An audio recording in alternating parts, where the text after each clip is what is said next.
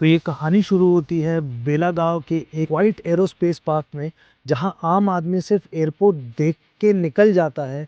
एक ऐसी फैक्ट्री चलती है जो दुनिया के सबसे बड़े एयरप्लेन्स को साइलेंटली फीड कर रही होती है।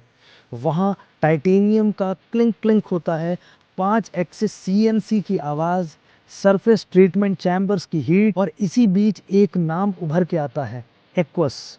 ऐसा नाम जिसे इंडिया में बहुत लोग जानते भी नहीं हैं, पर फ्रांस, यूएस और यूरोप जैसे एरोस्पेस इंजीनियर्स इसको रिस्पेक्ट से याद करते हैं, क्योंकि एक्वस वो काम करता है जो इंडिया में बहुत कम लोग कर पाते हैं। प्रिसीजन एरोस्पेस कंपोनेंट्स बनाना, एयरक्राफ्ट का लैंडिंग गियर हो, इंजन का कोर पार्ट हो, एक्वस क्वाइटली सब कुछ डिलीवर करता है। तो दोस्तों, ये है एक एरोस्पेस से related company aqueous. Last year आप लोगों को याद होगा 31 दिसंबर को एक आईपीओ लिस्ट हुआ था जिसका नाम था यूनिमेट एरोस्पेस करके, याद है? बहुत तगड़ी लिस्टिंग हुई थी उसकी। आई थिंक 100% से ज़्यादा लिस्टिंग गेन्स मिले थे लोगों को। जिन लोगों को मिला था उन लोगों को ध्यान होगा, और जिनको नहीं मिला था उनको तो ज़रूर ध्यान होगा कि ये छूट गया था साला। ठीक है, तो वो आईपीओ आपको याद होगा, वो आईपीओ 1300 या कुछ 1400-1500 रुपए के आसपास लिस्ट हुआ था, और तब से उस पॉइंट को वो टच नहीं कर पाया है। उसके बाद से वो लगातार गिरता आया है, और अगर आज की मैं बात करता हूँ तो आज तक में लगभग ईयर टू डेट में वो 36% डाउन है अपने हाई से। तो ये तो है दोस्तों अपने इसके पीयर कॉम्पिटिटर, एक जो हाल फिलहाल में लिस्ट हुआ है, 1 साल हुआ, लगभग 1 साल होने ही वाला है, और 36% डाउन है वो अपने हाई से। और एक और उसी एक स्पेस की कंपनी निकल के आई है जो आईपीओ लेके आ गई है अपना। इसके इंट्रोडक्टरी पोर्शन में आपने देखा कि क्या करती है ये कंपनी, और इंडिया में बहुत ज़्यादा लोग नहीं जानते इस कंपनी के बारे में, लेकिन इस इंडस्ट्री में एक अच्छा नाम, एक अच्छी पहचान है।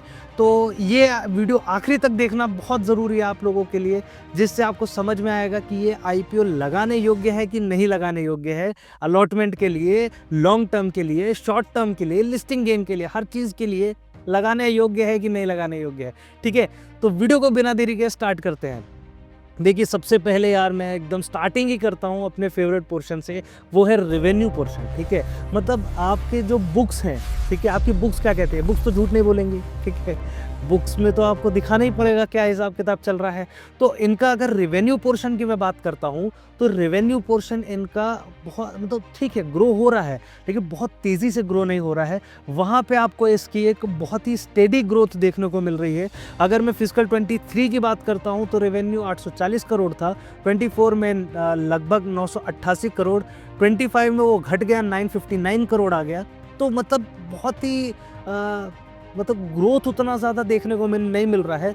लेकिन लॉसेस की बात करते हैं, फिजिकल 23 में 109 करोड़, फिजिकल 24 में थोड़ा सा इंप्रूव हुआ, 14 करोड़ लॉस रह गया, फिजिकल 25 में फिर 102 करोड़ लॉस हो गया, और सितंबर 25 तक, अभी हाफ क्वार्टर सेकंड कंप्लीट हो गया ना, वहाँ तक में लगभग 17 करोड़ का लॉस कंपनी अभी इनकर की हुई है।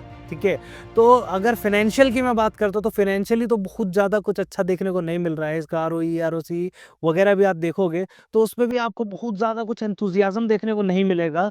ठीक है, लेकिन ये कंपनी जिस सेक्टर में है, वो सेक्टर ग्रोथ, उस सेक्टर का ग्रोथ अच्छा है। मैंने ऐसे चैट जीपीटी से पूछा कि चैट जीपीटी, ये इस सेक्टर का, एरोस्पेस सेक्टर में जो ये PAC, sorry, precision aerospace components जो बनाती है, उस इंडस्ट्री का ग्रोथ कैसा है? तो अकॉर्डिंग टू चैट जीपीटी, उसमें कहीं से इधर उधर से खंगाला, उसने बोला 17% के कैगर के साथ ये सेक्टर ग्रो कर सकता है। ठीक है, ये सेक्टर आपको बहुत ज्यादा प्रॉफिटेबल क्यों नहीं है, उसका मैं अगर आपको कुछ कारण बताना चाहूँ तो उसका कारण क्या हो सकता है? देखो, सिंपल से 3-4 आंसर है। ठीक है, कंज्यूमर बिजनेस ड्रैग करता है इनकी जो प्रॉफिटेबिलिटी और इनका जो रेवेन्यू पोर्शन है उसको। कैपेक्स हैवी इंडस्ट्री है ये, तो जिसकी वजह से इसका लेवरेज जो रहता है बहुत ज़्यादा हाई हो जाता है, ऑर्डर साइकिल्स भी बहुत लंबे होते हैं।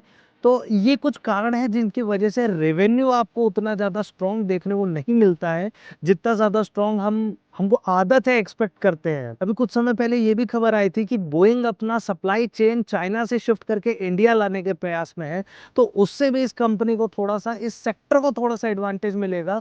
ठीक है, मेक इन इंडिया और ये सारी चीज़ें जो चल रही हैं, वो सब चीज़ें और मैन्युफैक्चरिंग को जो गवर्नमेंट सपोर्ट कर रही है, वो सब चीज़ों का बहुत ज़्यादा सपोर्ट देखने को मिलेगा। अगर मैं आईपीओ की बात करता हूँ तो 670 करोड़ का फ्रेश इश्यू है, 900 करोड़ के आसपास ये आईपीओ का टोटल साइज़ है, ठीक है? तो इसमें जो ऑफर फॉर सेल है वो भी 100-200 करोड़ के ही आसपास का है। तो offer for sale fresh issue के कंपैरिजन में कम है। कंपनी पैसा मतलब जो प्रमोटर्स हैं वो थोड़ा पैसा लेंगे, ज़्यादा पैसा कंपनी के पास जाएगा। तो ये एक प्लस पॉइंट है, कंपनी को पैसा मिलेगा। अब बहुत ज़रूरी ये देखना है कि इसमें एंकर लिस्ट क्या रहती है, ठीक है? एंकर लिस्ट देखना बहुत ज़्यादा ज़रूरी है, वो हमको मेरे ख्याल से 2 तारीख को पता चल जाएगा, ठीक है?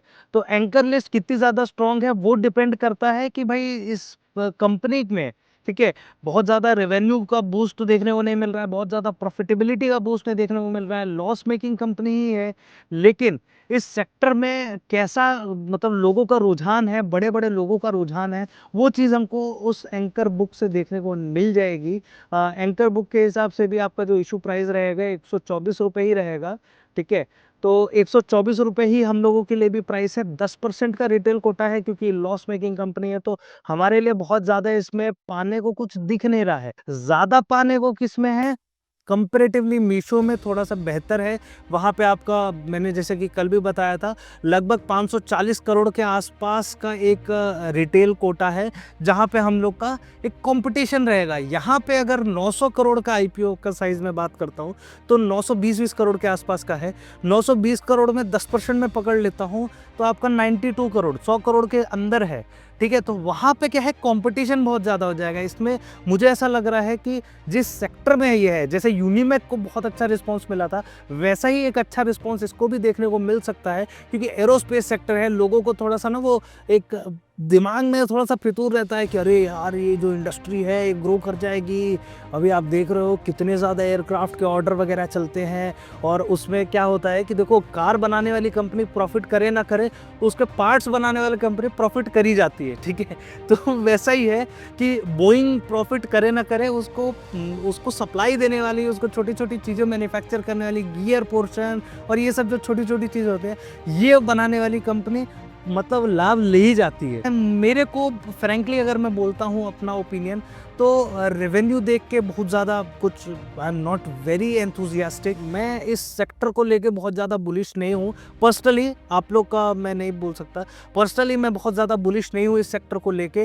आप लोग का क्या हिसाब किताब है मुझे बताइएगा। अगर मैं लिस्टिंग गेन की बात करता हूँ तो लिस्टिंग गेन मुझे ऐसा लगता है कि इसमें अच्छा देखने को मिल सकता है।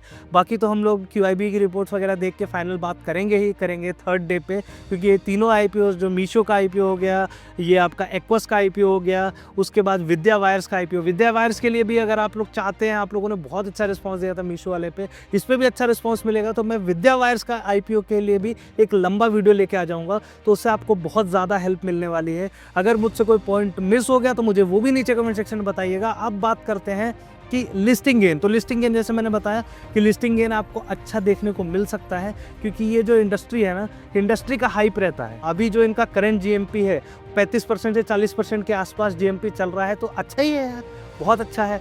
तो अगर आप इस पर ट्राई करना चाहते हो, आप इस पर ट्राई कर सकते हो, लेकिन स्ट्रिक्टली आप एक चीज़ ध्यान रखिएगा, कोई बाइंग सेलिंग रिकमेंडेशन नहीं है। लेकिन हाँ, मुझे ऐसा लगता है कि जैसे यूनिमेक में हुआ था ना, कि जो लोग निकल गए टाइम से वो लोग निकल गए, लेकिन जो लोग बाद में घुसे ना, जिसको मिल गया आईपीओ, जिनको लिस्टिंग गेन मिल गए, बहुत अच्छा। ट्राई करना कि जैसे ही लिस्ट हुआ, फोमो में घुसना नहीं हमको, ठीक है? फोमो में घुसने से बचना है, क्योंकि बाद में अगर आईपीओ का प्राइस जिस प्राइस पे लिस्ट हो रहा है, वो प्राइस से फिर जब एक बार नीचे आने लगता है ना, वो फिर रुकता नहीं है, ठीक है? तो मैं यही सजेस्ट करूंगा कि लिस्टिंग गेन के लिए एक आध दो लॉट ट्राई किया जा सकता है, but after your own research obviously. और अगर लिस्टिंग गेन अगर आपको अलॉटमेंट नहीं मिलता है, तो आपको तुरंत हड़बड़ी में जाके खरीदने की ज़रूरत नहीं है, क्योंकि वो रिस्की चीज़ हो सकती है। आपको जो भी करना है वो आप अपने फाइनेंशियल एडवाइज़र से बात करके फ़ैसला ज़रूर लीजिएगा। मेरे बोलने पे या किसी के भी बोलने पे फ़ैसला मत करिएगा। हम लोग सिर्फ डिस्कशन करते हैं, एक इंडिकेटर्स की तरीके से हमको यूज़ करिए कि अच्छा ठीक है, ये अच्छा बोल रहा है, क्यों अच्छा बोल रहा है, ये ख़राब बोल रहा है, क्यों ख़राब बोल रहा है, उसके हिसाब से अपना फ़ैसला खुद लीजिए। तो कैसा लगा दोस्तों आप लोग को ये वीडियो, नीचे कमेंट सेक्शन में ज़रूर बताइएगा। कोई भी पॉइंट मिस हो गया तो मुझे माफ़ करिएगा, और मुझे नीचे कमेंट सेक्शन में बताइए कि सर आपने ये पॉइंट मिस कर दिया, इसको मैं अगले वीडियो में कवर ज़रूर करूँगा। तो मिलते हैं दोस्तों अगले वीडियो में, तब तक के लिए नमस्कार, जय हिंद।